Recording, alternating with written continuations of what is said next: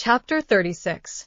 Within a few days after this meeting, the newspapers announced to the world that the lady of Thomas Palmer, Esq. was safely delivered of a son and heir, a very interesting and satisfactory paragraph, at least to all those intimate connections who knew it before. This event, highly important to Mrs. Jennings's happiness, produced a temporary alteration in the disposal of her time and influenced, in a like degree, the engagements of her young friends, for as she wished to be, as much as possible, with Charlotte, she went thither every morning as soon as she was dressed, and did not return till late in the evening, and the Miss Dashwoods, at the particular request of the Middletons, spent the whole of every day in Conduit Street. For their own comfort they would much rather have remained, at least all the morning, in Mrs. Jennings's house, but it was not a thing to be urged against the wishes of everybody. Their hours were therefore made over to Lady Middleton and the two Miss Steeles, by whom their company, in fact, was as little valued, as it was professedly sought. They had too much sense to be desirable companions to the former, and by the latter they were considered with a jealous eye, as intruding on their ground, and sharing the kindness which they wanted to monopolize. Though nothing could be more polite than Lady Middleton's behavior to Elinor and Marianne, she did not really like them at all. Because they neither flattered herself nor her children, she could not believe them good-natured, and because they were fond of reading, she fancied them satirical, perhaps without exactly knowing what it was to be satirical, but that did not signify. It was censure in common use and easily given. Their presence was a restraint both on her and on Lucy. It checked the idleness of one, and the business of the other. Lady Middleton was ashamed of doing nothing before them, and the flattery which Lucy was proud to think of and administer at other times, she feared they would despise her for offering. Miss Steele was the least discomposed of the three, by their presence, and it was in their power to reconcile her to it entirely. Would either of them only have given her a full and minute account of the whole affair between Marianne and Mr. Willoughby, she would have thought herself amply rewarded for the sacrifice of the best place by the fire after dinner, which their arrival occasioned. But this conciliation was not granted, for though she often threw out expressions of pity for her sister to Elinor, and more than once dropped a reflection on the inconstancy of beaux before Marianne, no effect was produced, but a look of indifference from the former, or of disgust in the latter. An effort even yet lighter might have made her their friend.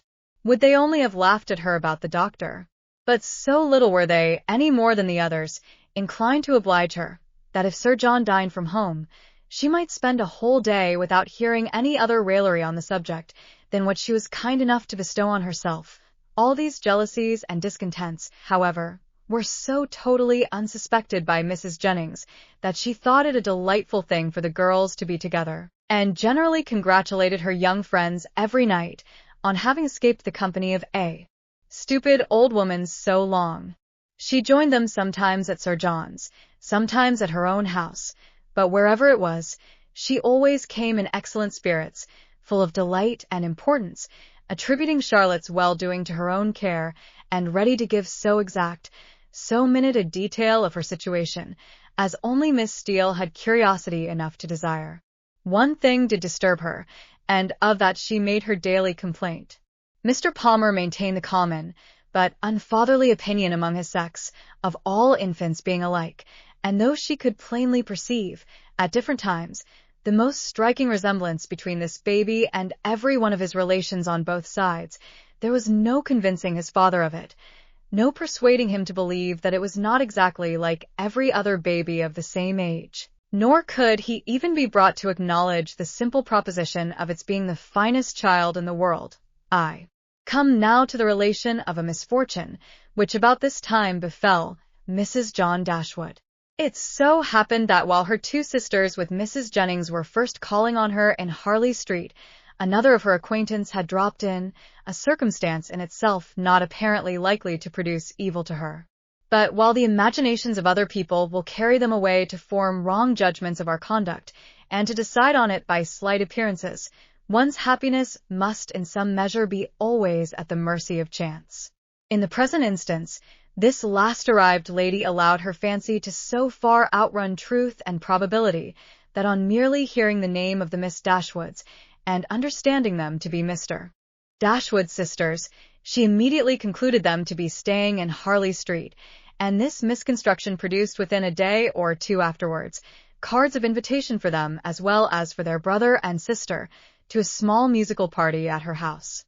The consequence of which was that Mrs. John Dashwood was obliged to submit not only to the exceedingly great inconvenience of sending her carriage for the Miss Dashwoods, but, what was still worse, must be subject to all the unpleasantness of appearing to treat them with attention, and who could tell that they might not expect to go out with her a second time? The power of disappointing them, it was true, must always be hers. But that was not enough, for when people are determined on a mode of conduct which they know to be wrong, they feel injured by the expectation of anything better from them. Marianne had now been brought by degrees so much into the habit of going out every day that it was become a matter of indifference to her whether she went or not, and she prepared quietly and mechanically for every evening's engagement, though without expecting the smallest amusement from any, and very often without knowing, till the last moment, where it was to take her her dress and appearance. She was grown so perfectly indifferent as not to bestow half the consideration on it during the whole of her toilet, which it received from Miss Steele in the first 5 minutes of their being together, when it was finished. Nothing escaped her minute observation and general curiosity. She saw everything and asked everything, was never easy till she knew the price of every part of Marianne's dress, could have guessed the number of her gowns altogether with better judgment than Marianne herself, and was not without hopes of finding out before they parted how much her washing cost per week, and how much she had every year to spend upon herself. The impertinence of these kind of scrutinies, moreover, was generally concluded with a compliment, which, though meant as its douceur, was considered by Marianne as the greatest impertinence of all, for after undergoing an examination into the value and make of her gown, the color of her shoes, and the arrangement of her hair, she was almost sure of being told that upon her word she looked vastly smart, and she dared to say she would make a great many conquests. With such encouragement as this, was she dismissed on the present occasion to her brother's carriage, which they were ready to enter 5 minutes after it stopped at the door, a punctuality not very agreeable to their sister-in-law, who had preceded them to the house of her acquaintance, and was there hoping for some delay on their part that might inconvenience either herself or her coachman. The events of this evening were not very remarkable. The party, like other musical parties, comprehended a great many people who had real taste for the performance, and a great many more who had none at all, and the performers themselves were, as usual, in their own estimation, and that of their immediate friends, the first private performers in England. A.S. Elinor was neither musical, nor affecting to be so. She made no scruple of turning her eyes from the grand pianoforte, whenever it suited her, and unrestrained even by the presence of a harp and violoncello, would fix them at pleasure on any other object in the room. In one of these excursive glances she perceived among a group of young men the very he who had given them a lecture on toothpick cases at Gray's. She perceived him soon afterwards looking at herself, and speaking familiarly to her brother, and had just determined to find out his name from the latter, when they both came towards her, and Mr. Dashwood introduced him to her as Mr. Robert Ferrars. He addressed her with easy civility, and twisted his head into a bow which assured her as plainly as words could have done that he was exactly the coxcomb she had heard him described to be by Lucy. Happy had it been for her, if her regard for Edward had depended less on his own merit than on the merit of his nearest relations, for then his brother's bow must have given the finishing stroke to what the ill-humor of his mother and sister would have begun. But while she wondered at the difference of the two young men, she did not find that the emptiness and conceit of the one put her out of all charity with the modesty and worth of the other. Why they were different, Robert explained to her himself in the course of a quarter of an hour's conversation, for, talking of his brother, and lamenting the extreme gaucherie which he really believed kept him from mixing in proper society, he candidly and generously attributed it much less to any natural deficiency than to the misfortune of a private education, while he himself, though probably without any material superiority by nature, merely from the advantage of a public school, was as well fitted to mix in the world as any other man. Upon my soul, he added, I believe it is nothing more, and so I often tell my mother, when she is grieving about it. My dear madam, I always say to her, you must make yourself easy. The evil is now irremediable, and it has been entirely your own doing. Why would you be persuaded by my uncle, Sir Robert, against your own judgment, to place Edward under private tuition at the most critical time of his life? If you had only sent him to Westminster as well as myself, instead of sending him to Mr. Pratt's, all this would have been prevented. This is the way in which I always consider the matter, and my mother is perfectly convinced of her error.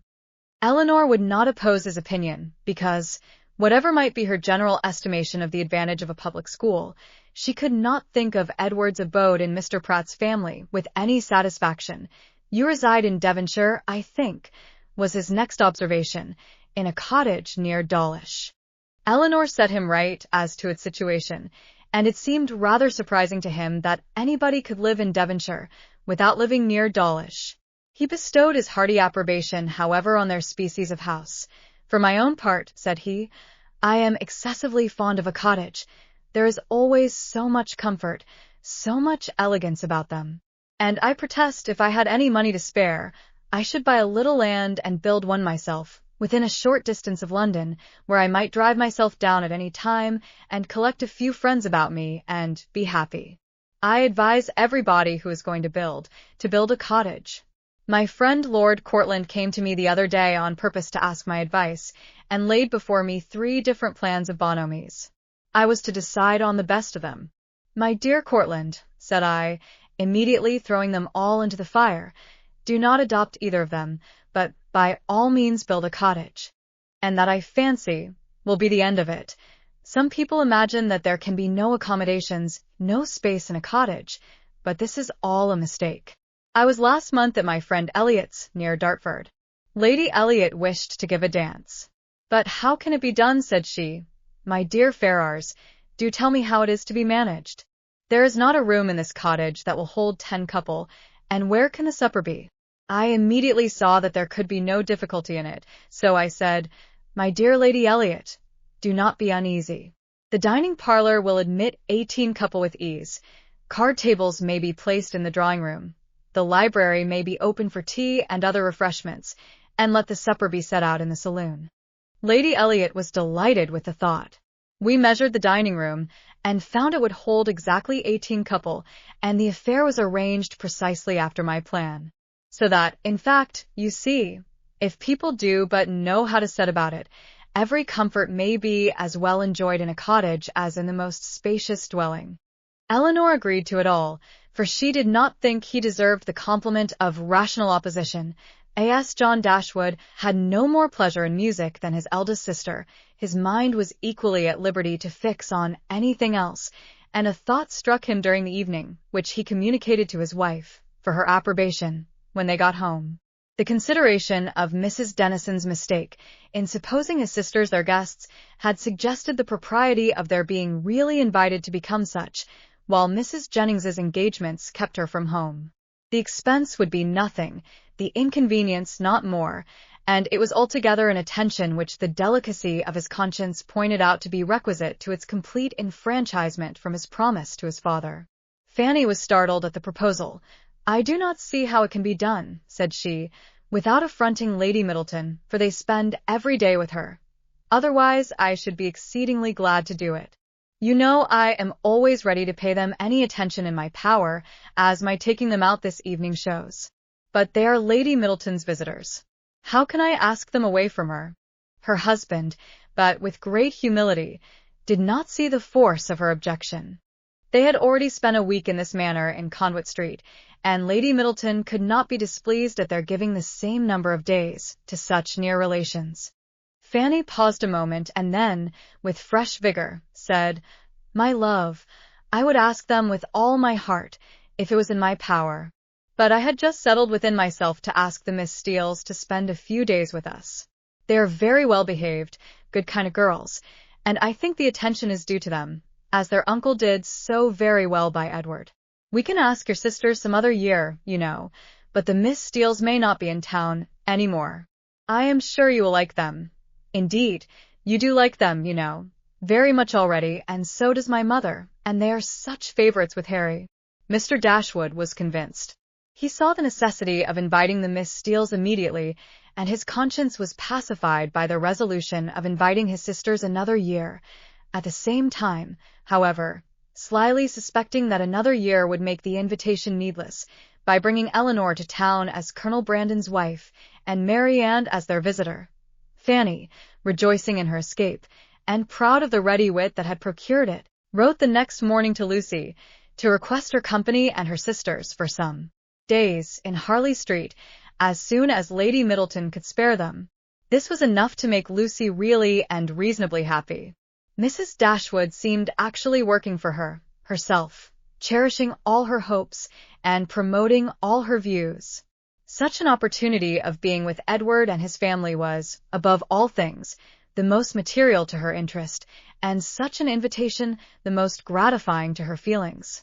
It was an advantage that could not be too gratefully acknowledged, nor too speedily made use of, and the visit to Lady Middleton, which had not before had any precise limits, was instantly discovered to have been always meant to end in 2 days' time, when the note was shown to Elinor. As it was within 10 minutes after its arrival, it gave her, for the first time, some share in the expectations of Lucy, for such a mark of uncommon kindness, vouchsafed on so short an acquaintance, seemed to declare that the goodwill towards her arose from something more than merely malice against herself, and might be brought, by time and address, to do everything that Lucy wished. Her flattery had already subdued the pride of Lady Middleton, and made an entry into the close heart of Mrs. John Dashwood, and these were effects that laid open the probability of greater. The Miss Steeles removed to Harley Street, and all that reached Elinor of their influence there, strengthened her expectation of the event. Sir John, who called on them more than once, brought home such accounts of the favour they were in, as must be universally striking.